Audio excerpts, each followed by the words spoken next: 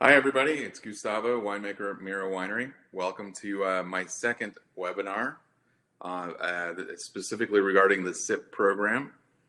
And pretty interesting second day here. We're continuing to have beautiful weather in the Napa Valley. I was in the vineyard this morning looking at this specific block of Pinot Noir, where things look great. I mean, it's hard to complain when you have sunny weather and it's just beautiful outside.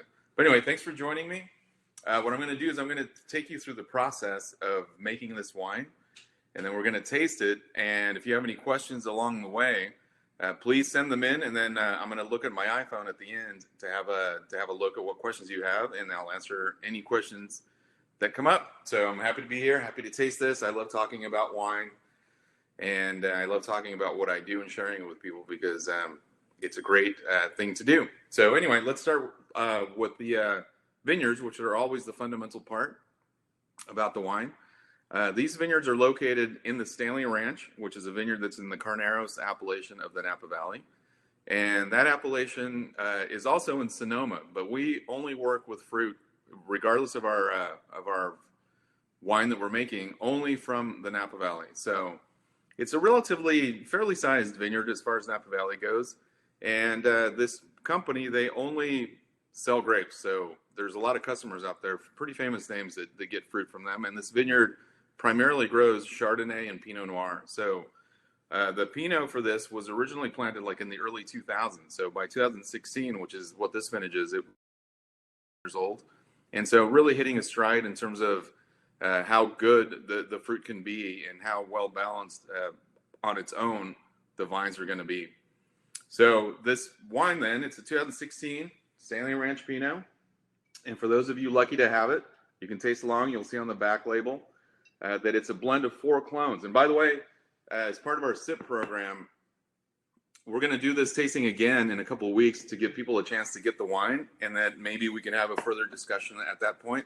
And just to mention what the SIP program is we're looking for a way. Of course, there's a lot of things going on, as we know, with the health issues and whatnot, and we wanted to figure out a way that we could help out our community. There's a lot of restaurants that are closed. There's a lot of waiters that are relying on their tips and whatnot to get through. And we decided that we wanted to put together this SIP Mira while you SIP program. And SIP, funny enough, is the short way, shelter in place, translates into SIP.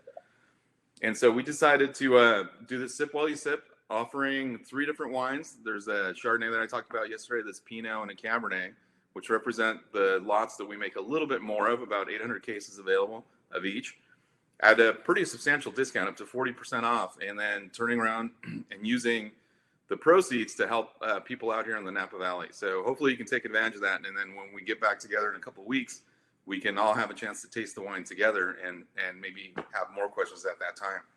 So anyway, back to the wine. It's, as I mentioned, it's from Stanley Ranch. It's 100% Pinot Noir. And that's very important to me. Most of the wines that we make are single varietal, single vineyard, extremely pure. And as I was mentioning before, this particular Pinot is a blend of 4 clones of Pinot Noir. So the important thing to discuss here is, what is a clone? So to put it pretty simply, a clone is basically a variation of the same varietal. So just like we have apples, we have red ones, we have green ones, we have Fuji apples, and things like that. We have the same thing in grapes, and the same thing in varietals. We have some varietals that ripen sooner, some that ripen later, and then within those varietals, we have clones of the same varietal that do the same thing. They ripen sooner, they ripen later. They're more fruity, they're more earthy. They produce bigger grapes, they produce smaller grapes, and things like that. So making 100% wine, in this case, I relied on 4 different clones to help me quote unquote blend, because at the end it is a blend, but it's a blend of 4 different types of Pinot Noir. So I'm using clones 115, and this probably doesn't mean much to anybody, but a clone 115 is a very earthy clone, very structured clone. It has more earthiness, has more tannin, more astringency to it, basically more robust. While the other 3 clones tend to be more on the fruit side. So I use primarily the 115 basically to build the structure of the wine, and then I use the other ones kind of to fill in the middle. So if you think about it in terms of a picture, the 115 would be the frame, and then everything else would be what's inside the picture. So the 115 is kind of holding it all together. And then what we do is we harvest everything separately. Of course, being different clones, they don't all ripen at the same time. So there's about a 2-week time frame that everything gets harvested. And most of the time, most years, the Pinot Noir is ready to be harvested right around Labor Day for us here in Carneros. So, around Labor Day here, it gets really hot. Pinot is a very delicate variety, and it doesn't like to withstand too much. It reacts pretty immediately to weather, and pretty immediately to heat or dry weather or wet weather or anything. It starts pretty much suffering right on the spot on the vine. So we really have to be careful in terms of knowing when we're going to harvest the grapes so that we can get in line to get our grapes harvested when we want to. So anyway, we'll harvest these grapes around Labor Day, let's say, bring it into the winery. And at the winery, we'll do, we pick everything at night. Like I mentioned yesterday, everything gets harvested at night to bring everything in as cool as possible. And that's important because in the case of the red wines, we're going to do a cold soak, a cold maceration period where we hold the tank cold before it starts fermenting for at least 4 days. So if we can bring in the fruit already at 50 degrees, which is kind of like what I'm targeting in the cellar, we don't have to use the energy or the time to use the chillers on the tank to bring the contents down to temperature. It kind of is already there, and we can save energy and we can save time by doing so. So we'll bring the fruit in, we'll harvest overnight, bring the fruit in. We'll do a selection here at the winery to pull out anything that maybe made it into the picking bin, such as some of the canes that are on the vineyards or leaves and stuff. I mean, keep in mind that it's dark out there and it's not always easy to see everything. So some things end up making it into the picking bin. Pull that out, and then from the sorting table, it goes into a machine that plucks the grapes off the stems. That's simply called a destemmer. And I don't destem all of the Pinot fruit. Some of the fruit goes into the tank with the whole clusters with the stems in place. And I'll explain a little bit about that in a little while. So for the most part, though, we only destem the fruit. We don't crush the fruit. And my goal is to have the fruit as intact going into the tank as possible so that I can kind of work at a slower rate of fermentation with the fruit that I have, because Pinot is a varietal that likes to ferment really, really fast. So given its own decision making, the Pinot would ferment in about 24 hours, and that's something we don't want. And I'll explain why in a little bit.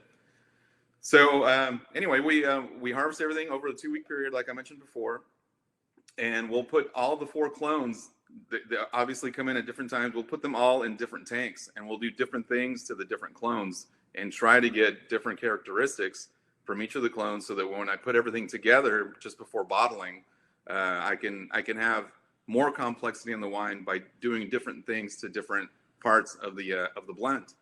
So, like I mentioned, I'll destem most of it. The 115 for sure will get destemmed entirely, go into the tank.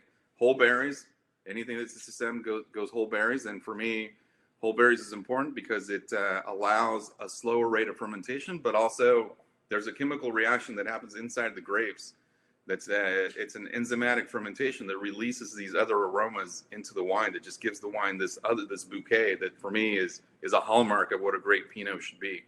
So whole berry into the tank on the 115 and on the Pomard clone that's on this as well. And then the 2 other clones, I play a little bit with whole clusters. And why is that? Well, whole cluster, and for me, Pinot, like I just mentioned, a big part of it is the aromas. And the aromas, I think, is really what brings you in and gives you this really sensual, tactile experience, even when you taste it on your palate. A lot of what you taste is actually aroma. And that translates into from your nose into your mouth and down your throat, and just really keeps you captivated and intrigued. And that's kind of what I'm looking for on the Pinots. So the other 2 clones, I'll do a variation of whole clusters. And before, a while ago, I did a pretty big study on my own here to try to figure out where the best location for the whole clusters is and what percentage of whole clusters to use in the tank, because there's a lot of thought and science that goes behind all this. And of course, there's no right or wrong answer. It's just what you do as a winemaker. That's your feel that allows you to produce the wine in your style in the way that you want to do it. So me personally, I like to, for the most part, I go 30% whole clusters at the most, except in some cases I have a clone that I use in a different Pinot that we make where I do the entire thing 100% whole clusters, right? So for the most part in this Pinot, though, it's limited to 30% total whole clusters, and by that I mean inside of the tank, there's the total amount of fruit that's in there is 30% of it will be whole clusters. So let's say that I have a clone 777, really fruity clone of Pinot Noir. There's 10 tons of it. 3 of those tons would be whole cluster into the tank, non-destemmed. And we like it in the cellar because it really helps us out. It's a little bit faster to not have to destem and just dump it into the tank. But also an important factor about the whole clusters is where you position them in the tank. So believe it or not, if the clusters end up at the bottom of the tank, at the middle of the tank, or the top of the tank, you have different flavor effects in the wine. And so I don't do anything dogmatically, so I'm not going to say that I only do this. But depending on the vintage, I'll kind of play around and find different areas to do it. Or maybe I'll do my best to scatter it about the tank as we're filling it, throw a whole cluster here and there, and see what happens later on. And like I said, the beauty of it is there's really no wrong answer, but you might find something that's really, really intriguing that year that you're not going to repeat the next vintage, that it's just not going to happen that year. So we go in the tank. The way that we design our tanks in the winery is that they're all pretty much open top situation. And that basically means exactly how it sounds, that if this is the tank, there's a big opening on the top of the tank that we can also seal off. So not all red wines I do open top style, but that gives me the flexibility to do different things as we're fermenting the wine. So we'll fill the tank. We'll be in there for at least 4 days before we start the fermentation, maybe up to 10 days. And then once the yeast starts getting activated and it gets a little bit warmer, the fermentation takes off. And my goal with the Pinot, like I mentioned earlier, it likes to ferment overnight if it can. So I try to stretch it out as much as I can, maybe 10 days worth of fermentation, playing with the temperature just slightly every day, letting it get a little bit warmer and a little bit warmer, so that finally when we get to about 10% sugar left and we're starting with 25, I can just turn the cooling off and let the wine get to the temperature that I like, which is maximum temperature 88, 90 degrees, which is pretty hot. And it's important because as you're fermenting, you're kind of creating an environment for the yeast that's toxic. So, the yeast doesn't like a lot of alcohol and doesn't like hot temperatures. It'll start dying and the fermentation will stop eventually if it's in a situation that makes the yeast not comfortable enough to continue doing its job. So it's kind of a fine line that we work there, but also on the other end of winemaking, the hotter it is and with the amount of alcohol that's in there, you start getting more extraction into the wine as you go along, as you start producing more alcohol in your fermentation. As your temperature starts going up, you start pulling in other flavors. So initially, when it's cold fermentation, cold maceration, no fermentation, I'm focusing on getting as much fruit character and aromatics into the wine. And then as we start fermenting, I'd slowly start trying to pull in some of the structure and some of the stuff that's more, for lack of a better term, harsh in the wine, the tannin and things like that, and the polyphenols into the wine, all at the same time trying to get the wine color into the wine as much as possible. And that's something that happens early on for me too. People are amazed a lot of times when they come and they see my juices that, after 24 hours in the tank, they already look like this, which is pretty remarkable for a Pinot, being a varietal that normally doesn't have a lot of color. So back to the open tops then. The tanks are full. We start working them. And the magic of the open tops for Pinot is we can go to the top of the tank. Pinot is a varietal that doesn't like a lot of air. And so I do my best to not expose the wine to a lot of air during the course of fermentation, nor during the course of aging. In fact, when we get to the barrel, I don't really like to move the wine out of the barrel until we're going to bottle. So anyway, the open top then, in this case, just to explain the extraction techniques that you can use when you're making red wine, there's basically 3 things that I use, and it's the same things that most people use. It's just the frequency and the duration of each that changes depending on the winemaker and what they're tasting. And so the main thing that people do is what's called a pump over, and it's basically that. So if you imagine this to be the tank, there's a couple of valves towards the middle bottom of the tank where you draw out the juice. And what's happening as it starts fermenting is, keep in mind that the grapes are actually in the tank, right? And they were slowly releasing juice over time based on their own weight. They start releasing the juice, and based on the fermentation starting to go, the skin's breaking down, the juice starts coming out. And so what happens is the fermentation gets going, then the carbon dioxide that's being produced in the fermentation allows all the solids that are in there to come together in what we call a cap. And so that cap starts floating to the top because of the CO2. But guess what? In that cap is where all of the flavor basically is, and you got the juice down here. So our goal during this fermentation period is not only to ferment the wine and convert the sugar to alcohol, is to try to get as much flavor into the liquid. And we can only do that if we can steep, basically kind of like making tea, the solids, the cap, into the juice. And so the techniques that we use then is we can either circulate the liquid from the bottom of the tank to the top using a pump, and this technique, as I mentioned, is called a pump over. And you basically, for a period of time, depending on how long you want to go and you're tasting it, you just set up a circulation here where you're taking out from the bottom, it's going over the top, and then on the top we have like an irrigator that's kind of spreading the juice out all throughout the top of the cap, and that's kind of sinking down and going through the cap back into the juice. And as it's doing that, it's pulling flavor out of the solids that are in there. The other technique that I use primarily on Syrah, but I'll use it in other varietals when needed, is what's called a délestage, or some people call it a rack and return. And that basically involves emptying out the entire liquid that's in there all at once into another tank.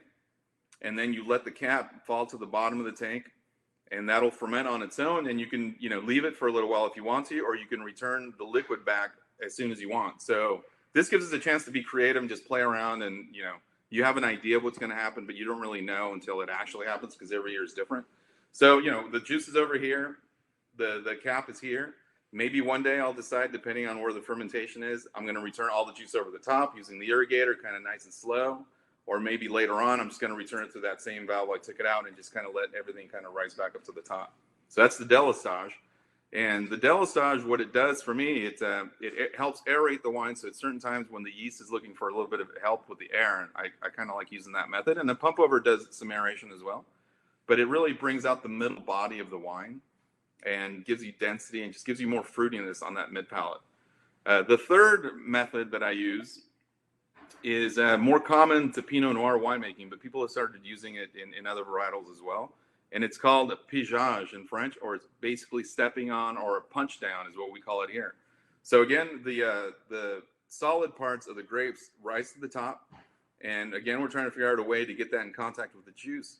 So basically what we do is, and this is where the open top tanks are important, we stand on the top of the tank, and with a plunger type device, we just push gently the cap back into the juice, right? All that we do, go all the way around, and people do different things. They go around the clock. You find ways to have fun with it, go around the clock, go counterclockwise, write letters, symbols, whatever, so that everything by the time that you're finished has been has gone submersed into the juice, into the liquid, so you can continue to get flavor going into that. And so these different things that I'm doing will depend a lot on what I'm tasting. So I'll taste the wines 3 or 4 times a day, of course, before any of these operations, and again after and during, just to see what's going on and to maybe change things up, because maybe, I'm not getting what I want, so I'm going to do, instead of 2 punch downs a day, I'm going to beef it up to 4, or maybe the punch down's not giving me enough, so I'm going to do more délestage and things like that. And those are all things.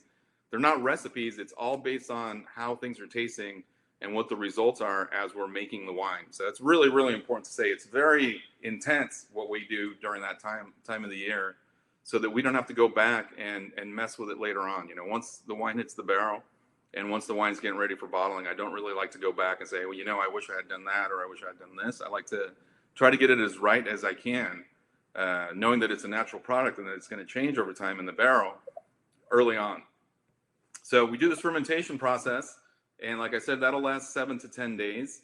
And after that, we'll do a little bit of a warm maceration period. So again, Pinot is not a variety that has a lot of fruit and structure and things like that. So what I'm trying to do is be really careful not to extract bitter flavors into the wine, because like I said a minute ago, I don't want to go back 8, 12 months later and realize that the wine is bitter because I did too much work on it. So now I have to add something to take out the bitterness, So I'm being really careful tasting it so much so that when I start detecting that it might be getting bitter, I can move the wine off the cap, off the skins, and separate it out in time so that I don't get any of that transferred into the wine. So normally the fermentation 7-10 days, warm maceration period maybe 4 to 5, depending on the way things are tasting. So at the end of the day, it spends between the cold maceration, the fermentation, and the warm maceration, 20 to maximum 25 days in the tank. And then when that time is up, based on taste, we'll drain and press. So we'll send the juice to another tank, separate it out, and we call that the free run. And then we'll go into the tank. The solids will fall to the bottom of the tank, of course. And we'll go into the tank. We'll shovel that out into a bin. and then we'll take that to the press and then squeeze out the last bit of juice that's in there. And a lot of times that juice that's held in the cap is really concentrated and really astringent and tannic, and it could represent up to 15% of the total wine. So it's a sizable amount that we definitely don't want to throw away. But what I'll do is I'll keep it separate in different barrels and let it age on its own so that I can evaluate it over time and see if I want to use it all or some of it, or maybe it needs a different barrel treatment to give me the flavors that I want if it's too astringent, so that at the end of the aging process, I can blend everything together and use it and not have to throw anything out. So we'll go to the barrels, we'll do the pressing, it'll go to the tank, I'll do a series of analysis to see where we're at. And then I have a barrel regime already selected that I've basically decided that I'm going to follow based on how it was tasting in the tanks. I select my barrels, and then I decide to go to barrels. So for the most part, this goes to about 75% new barrels. And anytime I use wood in the winery, it's always French oak. So it goes into 75% new French oak barrels. And for me, that does a lot to bring a little bit more creaminess and elegance to the wine when it's that high in oak.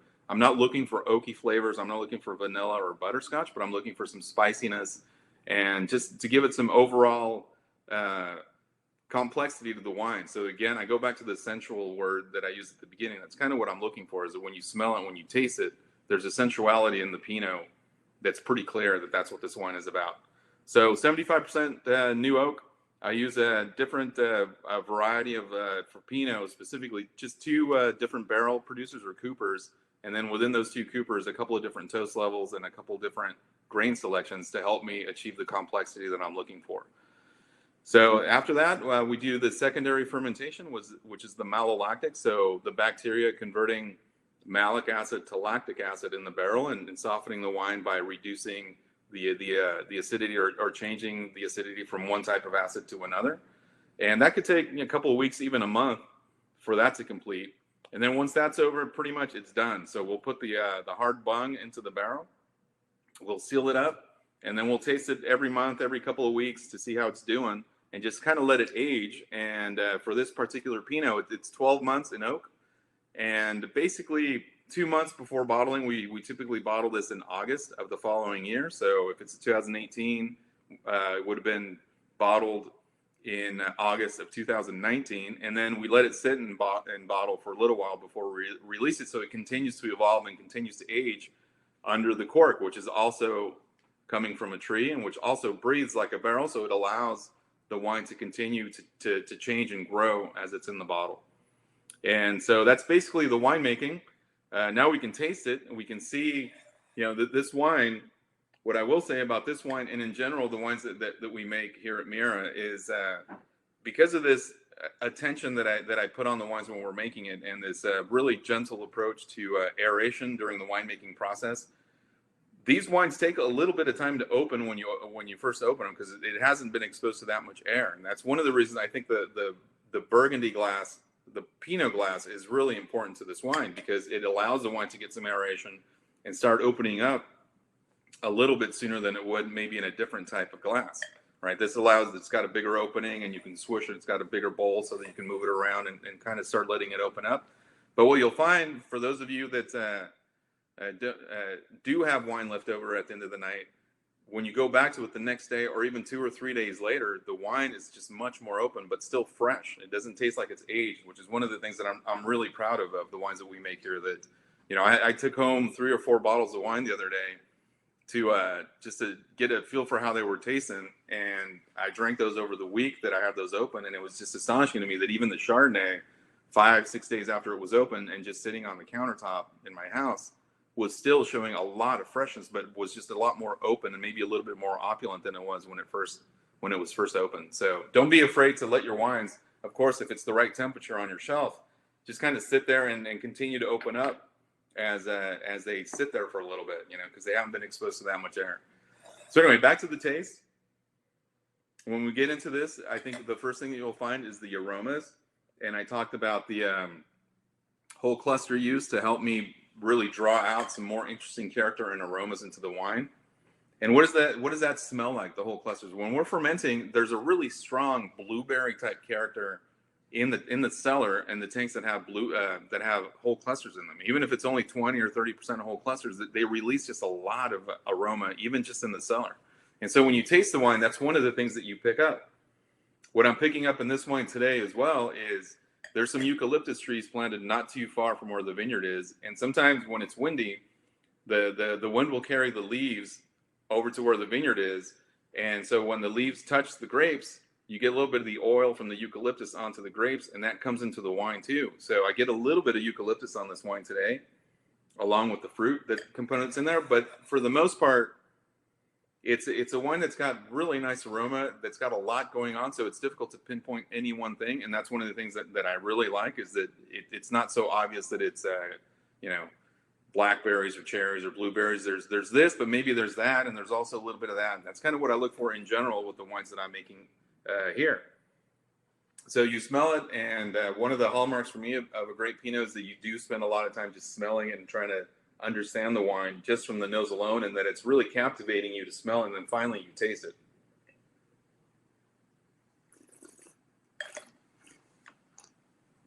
And so when you taste it now, this wine has had plenty of time to age in the bottle. So this is a 16, and so bottled in 17. So it's had about 3 years in the bottle.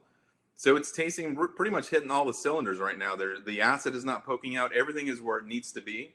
And it's a really elegant and pleasurable experience when you drink it. It makes the wine is a little bit savory. It makes you want to go back for more and taste it again. And what you find is that the aromas that you have in the nose become a little bit more powerful now on your palate when you drink it, and the return that you get after you've already swallowed it, and how long it stays on your palate is really remarkable, I would say, for a wine that's been in bottle for this long. And of course, in California, we're not used to aging wines that long, and I think it's a mistake, but we'll work on that. And hopefully, when you guys get the chance to taste this wine and see for yourselves, you'll see the same thing that I do, and maybe a little bit more. So hopefully, in a couple of weeks, you guys can have some wine, and we can taste this all together, and we'll have more conversations about it. So that's basically, in a nutshell, what this wine is. Now I'm going to take a look and see. Hopefully, I've got some questions from you, and we can answer those.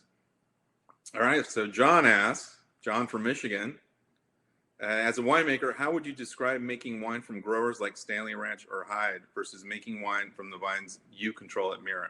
Okay, so that's a really, really good question. It's a great question because, one, most of the growers in the valley, and I would say just in general, don't make their own wine. They grow grapes and they sell the grapes to winemakers or wineries to make wine from. And so the way it works for us, and of course, there's spot purchases that people do, take advantage of opportunities in the vintage. If there's fruit left over, people buy it just for that year. But for the most part, the way wineries and vineyards work together, or grape growers work together, is you have a contract for a specific parcel in the vineyard. So like the different clones that I have from this that go into this Pinot, I get that same area of vineyard every single year.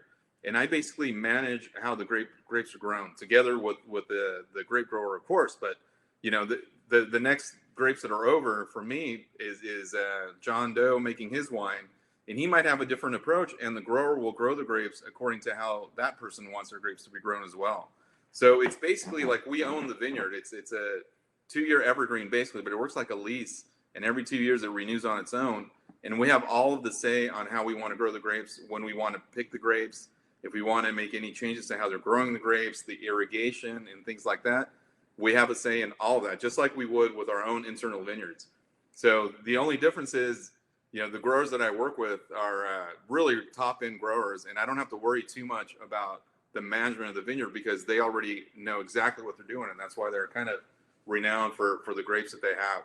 So it's a really good question. Just to summarize, the vineyards are treated like they're ours, and we always get the same section of the vineyard year in, year out, which is really important for me for consistency. Because if I had just to exaggerate, 100-acre parcel of Pinot that had 1 year was from over here and another year was from over there, that presents a challenge that I don't really want to have, because it's a lot more work than it is really required.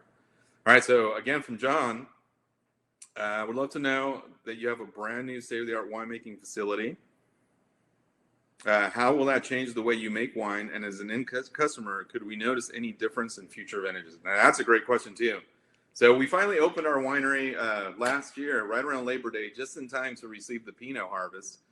And I would say more so than the vineyards, having our own winery is huge because having the ability to taste the wines and act on them immediately when something is up is huge, just to have that possibility. So the level of control that I have in the winemaking process has become exponentially greater than how we were doing it before. Before when we weren't as big and we were custom crushing, and we're still not that big, we still only make about 6,000 cases. But when we're in a situation where we're using a custom crush facility to make the wine, you really had to anticipate what you were going to do, and you couldn't necessarily react right on the spot to do anything because you had to get in line behind the other people that were in front of you that had already asked for work to be done.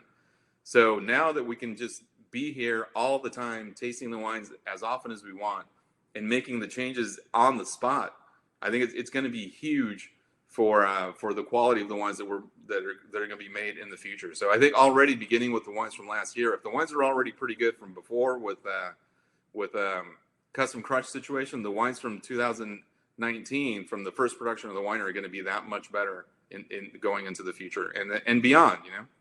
That's a good question. I'm glad you asked me that. Let's see if I got any more questions here. From Tom.